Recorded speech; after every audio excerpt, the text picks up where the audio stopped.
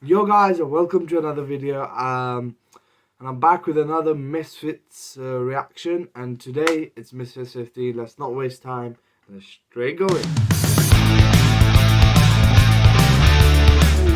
This event personally, I liked it a lot. Obviously, this was the first Misfits event with no stoppages, like absolute no stoppages. But it still was very entertaining card. It had everything. It had close fights, it had some dominating fights, but overall, let's start with the first fight. The first fight was against Alicia Megan v Fangs, and Alicia Megan won by unanimous decision, 100%. She beat Fangs out all around. Fangs, I'll say, I think the improvement she did is she survived the first round because Mangan was throwing some good shots, good on there. And I think as the rounds went, I think she got more and more skillful. Megan up to about, and Fags was just there trying to do something. But I don't know, is it her time to retire or what? Maybe one more fight and maybe work on throwing jabs now. You have worked on surviving, now so work on jabbing. But maybe the game is not for you. We have to see. But Megan smashed it. She shows she's right in there. She's coming up. Who should she fight next? I think there was one call out. Not a call out, but on Twitter, Danielle Hamsley. If you don't know her, she was the Kingpin who did this, and that's the thing she's famous for. But she's 1-1, I think. She lost against Julie Pocker. Like it's not a big like. I'm not like, we can't say, oh my god. When she first lost against, we always shitting on her, but now Julie Pocker is the deal, so she fought her first. So, but then she fought this other girl who was on the thing as well, and she beat her, and that's when that thing happened. But overall, that could be a good fight. Megan versus Delina Hamsley. We could see how good Megan is because Delina has fought Julie as well, so.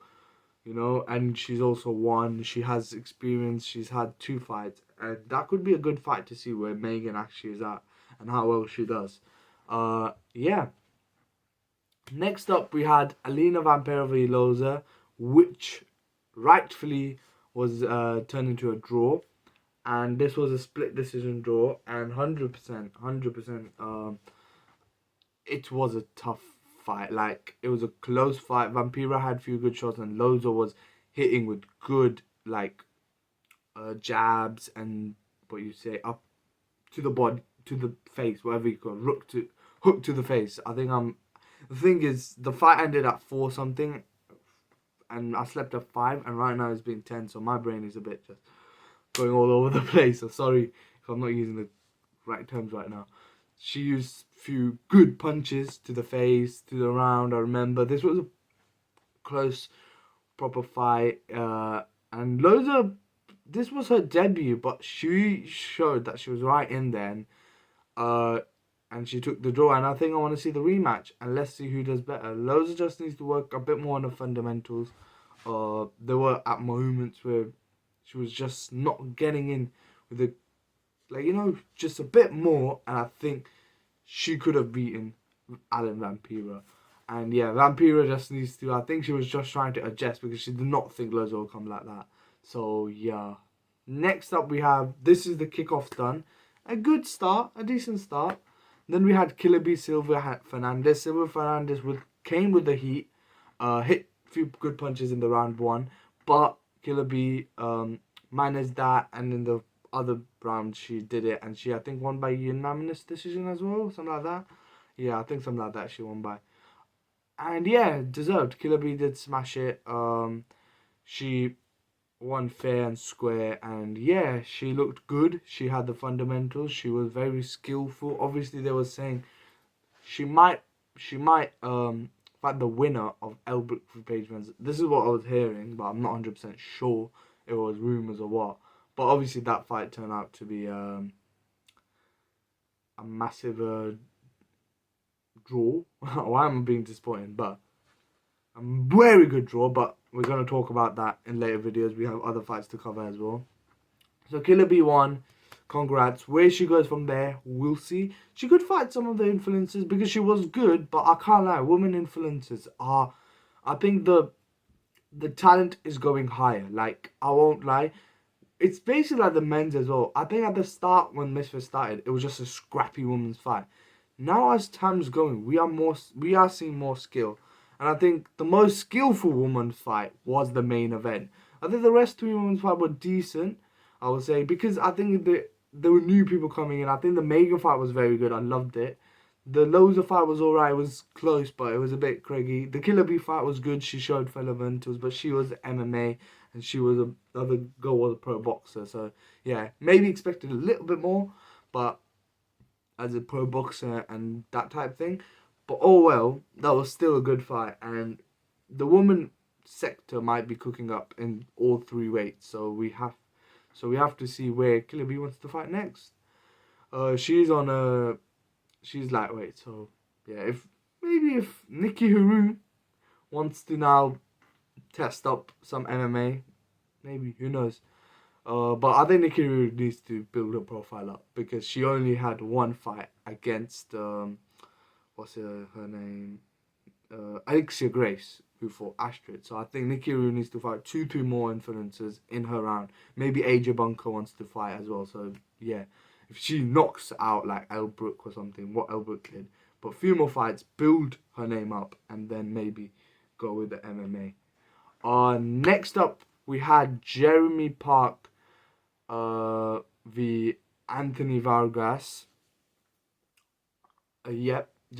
And personally, Jeremy Park was talking a lot.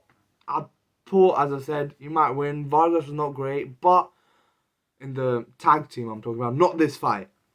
But it was a tag team. His teammate was not amazing, and he was against 2v1. But in this fight, he showed like, yeah, he has the fundamentals. He is good. He's got that jab. I think Jeremy Park was just not throwing jabs to the body, like, and plus he didn't throw out all in the first round, and then he started coming to the head, not in that way, and then he was good. He was going to the head quite a lot, but Vargas just dealt with it, and he was good. And in the fourth, fifth round, he started becoming more explosive as well to Park. So he did be in the game. Next up, who should he fight? I think he should maybe fight someone who comes, poses more of a threat, or he could fight someone who is like technical. I think more pose of a threat like B Dave and Matthews and stuff like that, and start building him up, because this is a very good weight he has. It's 167. So this is the same weight as Slim. Obviously, he can't fight Slim yet, man. To fight Slim, he has to have 5 like proper mad fights. Maybe beat Slim, beat Salt Pappy as well. But he can go down, I think, to 155, and we got Jarvis there. And to fight Jarvis, I think he could. I do want to see Jarvis defending that title again. Hopefully against someone more madder. But Vargas, yeah, he could. I think fight B Dave, then fight a Pineda or Ed Matthews, even fight B Dave, and then straight away fight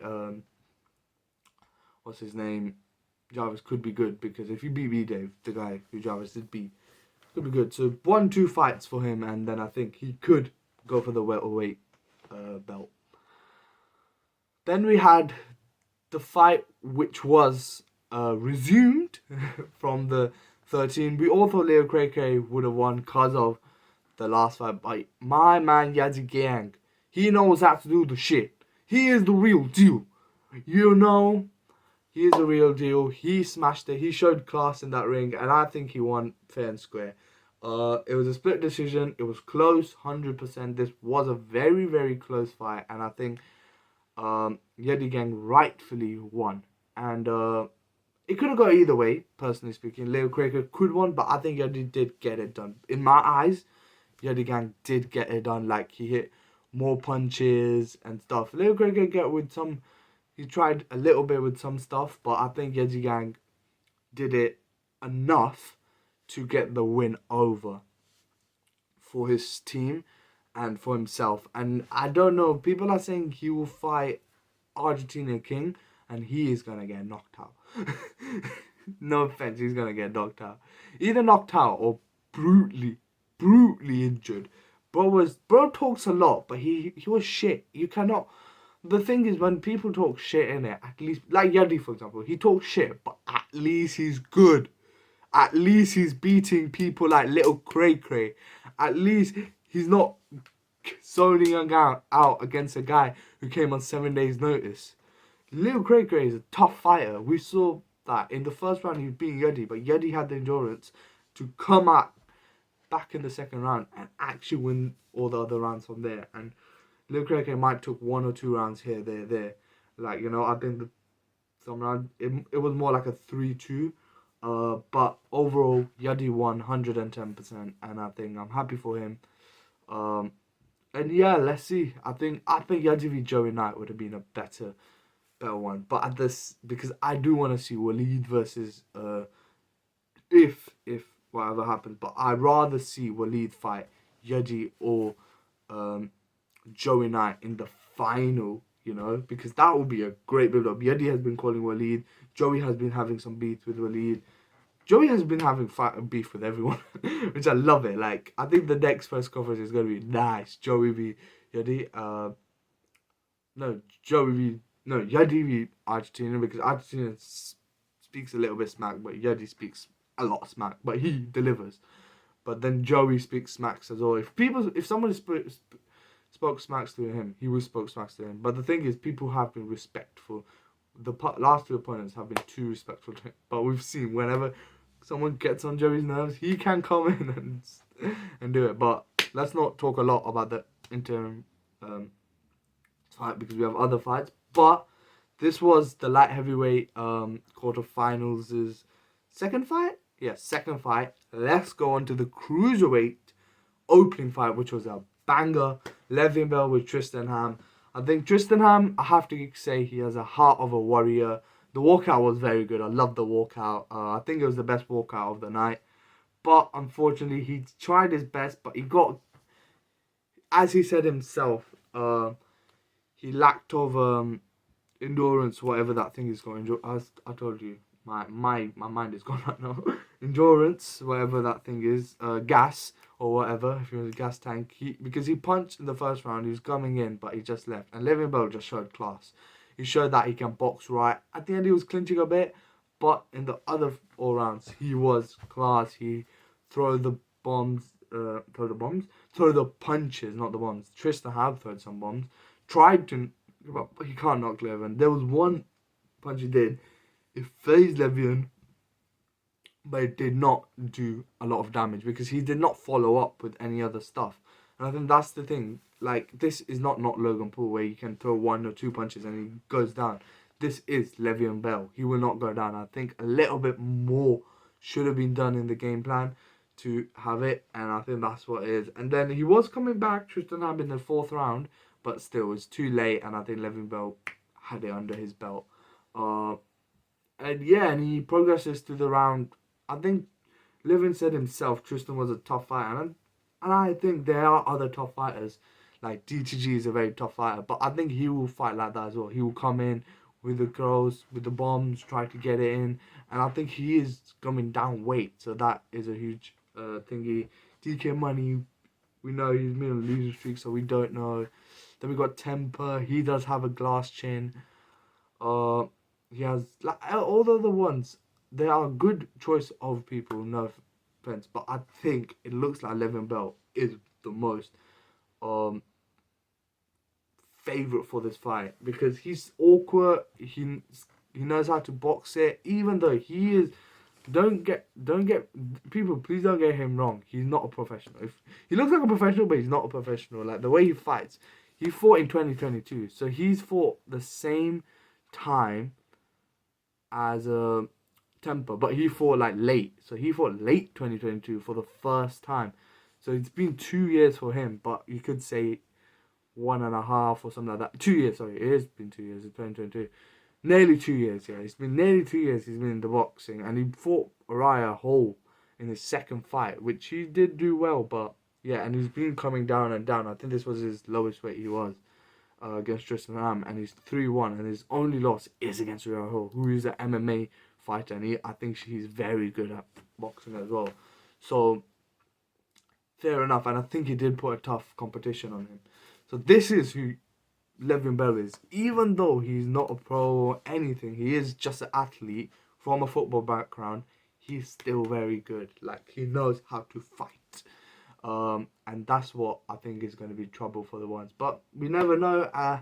Joey Knight could appear in the cruiserweight tournament. Yeah, because people first thought Waleed will win this easy, and then Joey Knight just smashed it. So people are like, nah, Joey can do it. And now Yuddy as well. It could turn out to be like, we don't know. And hopefully that's what I expect for the heavyweight one as well. But Le'Veon Bell showed class today. And then we have the main event. Oh my god, what a main event. I think this is what you call a main. I think this just electrocuted me like into another way. And bro, this was an amazing fight. Like, both girls smashed it. And I do want to talk about this fight a lot because I think Misfits fans and some fans are too eager quickly to say stuff, and people are like, oh, Paige Van Zandt, man, she's shit, this is that, Elle Brooke has knocked her out, all of that. If you look at the whole fight, first round, yes, she got knocked down by Elle Brooke. Elle Brooke, like, let's not underestimate Elle Brooke. I said it in my last prediction fight as well. I was like, Elle Brooke, second round knockout. And then I was like, nah, Paige Van Zandt, missed decision, but it turned out to be a draw. But it was still very entertaining fight. I think Mam said it best. Whoever won, if somebody won today, I would be happy both of them representing Misfits because they both were so good. I think Elle Brooke just broke that bar that females can fight these pro MMAs. I think Jake Paul did that already. KSI has done it already, and Logan Paul has done it with obviously Dylan Dallas. But I can't lie, Logan Paul's opponent, Elle Brooks' opponent, was way more tougher than Logan's. I will say that, and Salt Pappy's. She had a tough opponent in Paige Van Zandt, and she did knock her down, and that was very good.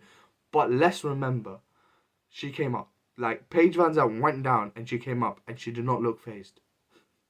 Let's remember that as well. Like, I'm not trying to favour anyone. I'm just, as a neutral fan, because in this whole fight, I am neutral. I was no one's fan. I did not care who won. I just wanted a good fight. And that's what I got. I got a sick fight. The decision was right, and I think everybody agreed, but people got a bit too in the highs, saying, oh, Elle Brooke just smashed it, and Paige Van Zandt this, that.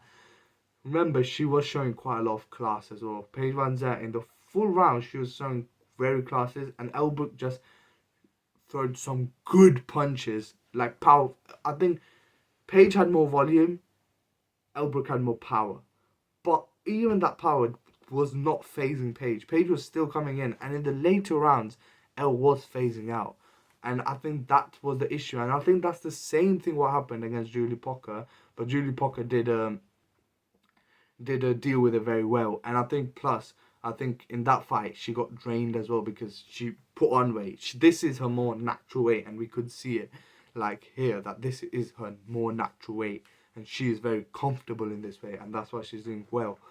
But the rematch is going to happen, and I think for Elle, personally, if I'm in her corner and getting ready for this next fight, good bombs, but I think she needs to start knowing a little bit more of the jabbing in, and try to keep on the endurance up and not get tired in the round.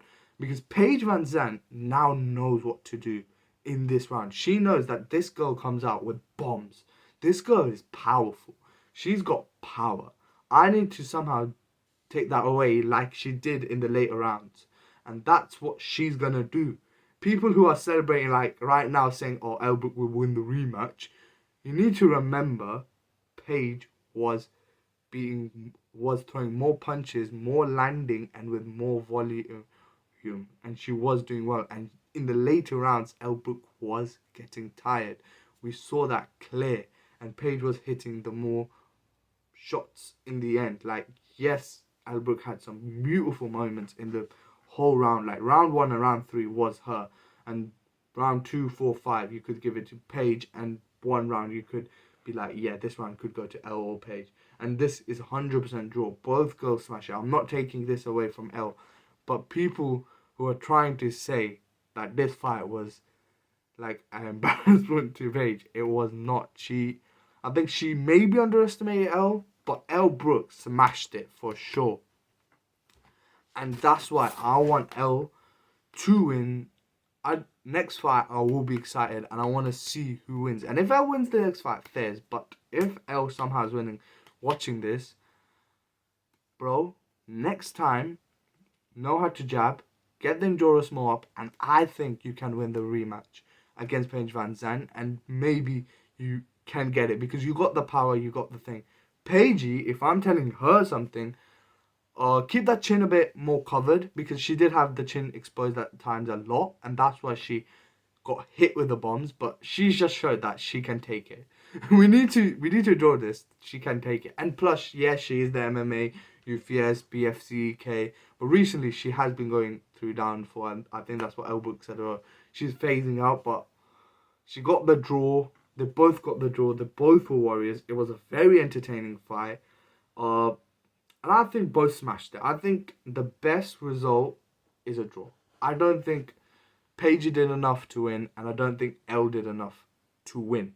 I will say it's a perfect draw, and because both fighters went in, both fighters had the heart, but I don't think, and it's not because they did not fight well, it's because the other did not let them do that, and that's what was fun. And Elbrook did show that even the females can go with the MMA. But I remember I saw this one post where it was like Jake Paul fighting Tyron Woodley and Elbrook fighting Paige Van. Oh, these UFC fighters should not fight influencers. And I was like, one person got knocked out in the second round and the other person got knocked down and came back. And Tyron Woodley was worse. Even in the first fight, yeah, he had some moments, but he was not as much. And he's not a striker or puncher, whereas Paige is. So I think it's a bigger win for Elbrook because she has fought a more of a boxer. Because Paige is not just a UFC champ. She's also a bare knuckle fighter and she has boxed a lot as well. So for Elbrook, I would say this is a very good win. She's going on the right way, and I think the rematch is what's next. I think apparently Paige said August. I think that would be good. August O2 Arena. That's what she wrote. But even man said we have to run it back. We have to run this back. This fight has to run back, and the winner, who